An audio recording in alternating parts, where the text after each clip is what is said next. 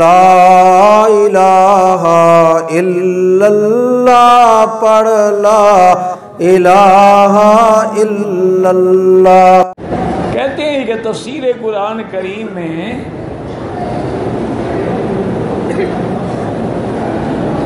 احتجتو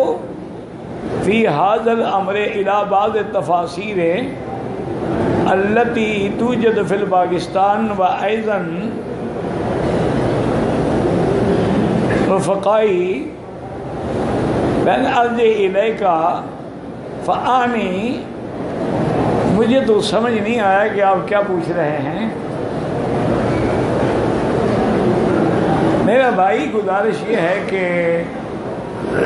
حاضہ جو ہے وہ قریب کے لیے ہوتا ہے، ذالے کا بعید کے لیے ہوتا ہے،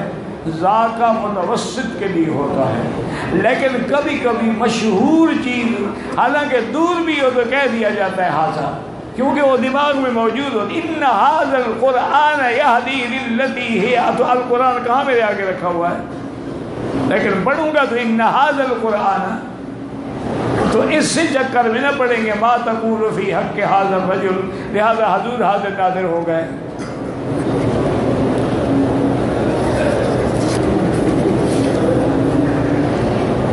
میرا بیوی کے ساتھ جھگڑا ہوا،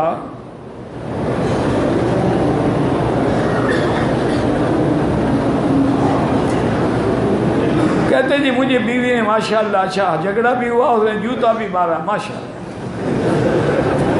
میری آنکھ کے اوپر والے حصے میں لگا چھوڑو طلاق دو، کتنے جوتے اور کھانے ہیں، چھوڑو دفع کرو ایسی ملعون اور جو خامد کو جوتا مارتی ہو۔ حضور فرماتے ہیں اگر اللہ کے سوا کسی غیر کو سجدے کی اجازت ہوتی تو میں عورت کو حکم دیتا کہ خامد کو سجدہ کرے، اور یہ جوتے مار رہی ہیں۔